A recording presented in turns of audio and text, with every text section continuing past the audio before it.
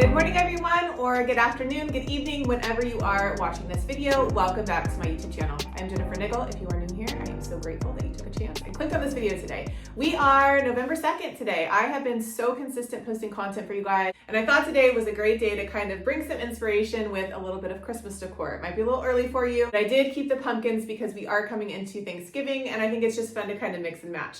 In today's video, we are going to talk about reaching your 1,000 subscribers on YouTube using a lot of different techniques, including the law of attraction, inspired action, and some concrete tips that really worked for me when I was building my channel and still building my channel. So if that sounds good to you, grab a cup of coffee, get comfortable, and let's get started. Okay, so I'm guessing if you clicked on this video, you are either one, already started on your YouTube journey, or two, you're thinking of maybe starting a YouTube channel. And I definitely want to encourage you to do that and share all my tips and tricks for growing this channel. I have set a personal goal for myself, and that is to reach 5,000 subscribers. That was so hard to get out. 5,000 subscribers.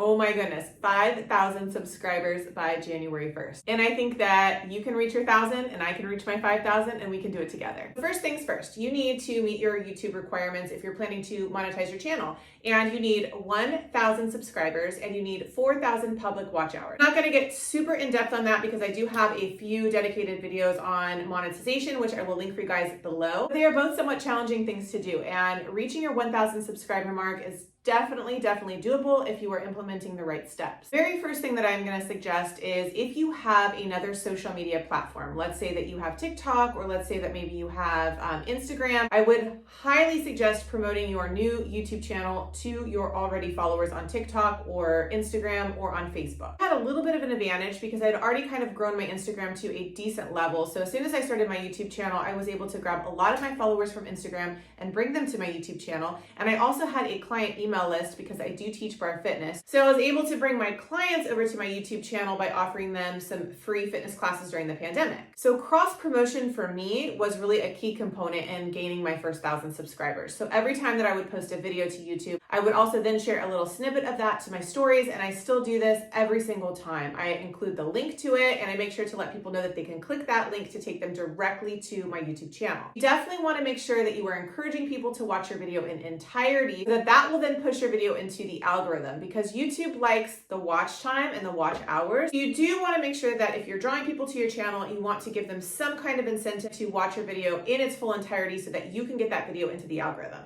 Now, the second just basic thing that I'm going to suggest is to utilize all of the tools that YouTube has provided to you. That's including your shorts option. I will post at least 1 to 2 videos in my shorts daily, and that brings me so many more subscribers. I think I've gained like 200 subscribers just by simply sharing a few little snippets of my content.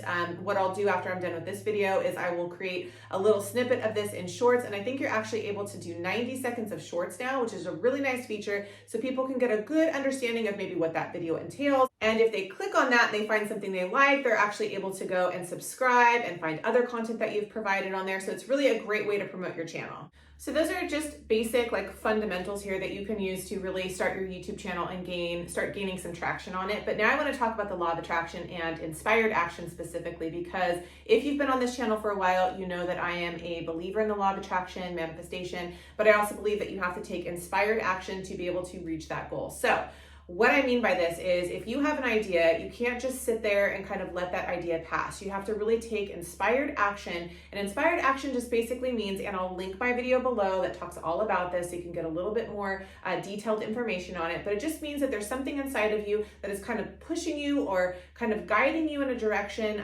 that is really meant for you. So with the inspired action of my channel, I really just started by having some ideas come into my head and then sitting down and making those videos right away. Even if I didn't feel like it was the perfect timing to do it, or maybe I wasn't super prepared, I would just turn on the camera and I would just start talking, and they always seem to kind of magically work out. What I know for myself to be true is a lot of times I'll have ideas, but if I don't immediately sit down and take some kind of action, inspired action, writing it down, creating a class, putting together some notes, or sitting down and maybe even filming like a pre-video. Maybe it's not exactly perfect and maybe I want to refilm the video, but I have something there that I can refer to and it's pushing me in the right direction. So I can tell you guys that you really just have to take some action on it. If you have an idea or something that's kind of nagging at you a little bit, that's likely the universe telling you that you need to take some action on that idea. I've also talked about the law of attraction and how I actually envisioned myself sitting in this studio. This is my YouTube studio, my bar studio. I've done a lot of videos about this video, which I'll link below because this was part of my Vlogmas last year. But I actually envisioned myself in my studio creating content like this for you guys. I already was under the assumption, the law of assumption, that I had already monetized my channel. I had my 1,000 subscribers and my 4,000 public watch hours. I was actually making money, creating content, and doing what I love every single day. Because I had already put myself in that situation, I had already agreed and assumed that I was going to be successful at this, and I had already taken the inspired action. I was able to grow my channel fairly quickly. I've been on YouTube for about almost 2.5 years at this point, and I was able to monetize my channel within the first 9 months of creating it.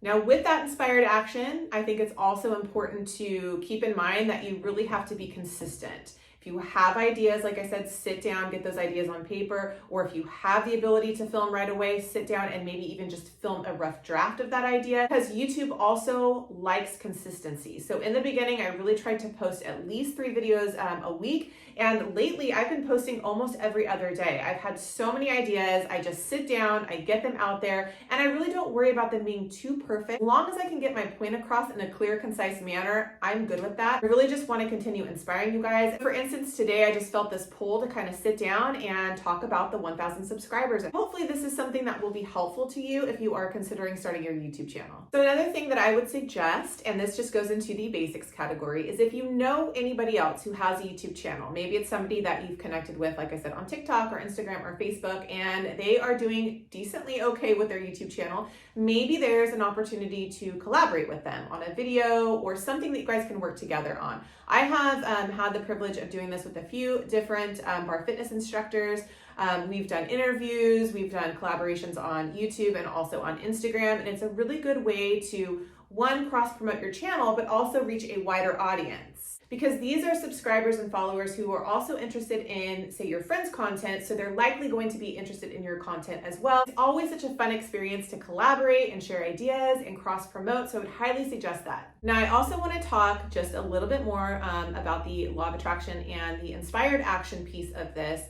So when I started my YouTube channel, it was solely just to teach bar fitness classes to my clients over the pandemic. I really wasn't even thinking about monetizing my channel at that time until I kind of got going with it and saw that there was an opportunity to make a little bit of money doing it. So my pull, my inspired action at that time was to create free content for my clients. I had it on my heart. I really just wanted to share with them. I couldn't connect with them in person, so it was a great way that we could, connect in the comment sections and just really still share our love for bar fitness during that time period. But as I got going with that, I started having more on my heart to share as far as motivation and inspiration with you guys, and I wanted to do daily vlogs, and I wanted to bring you more into my personal life and really just share that. Even though I didn't know a ton about vlogging at that time, I really just picked up my camera. I learned some basic editing skills. I started using iMovie, and I just kind of learned how to put vlogs together. It is a little bit of a learning curve, but you're never going to learn unless you actually just try it. You're probably going to have some videos you're not super proud of, but like I said, you can always use that as a rough draft. You can recreate that video in the future. There's lots of ways that you can learn and grow from those things. And I think it's just so important to just pick up the camera,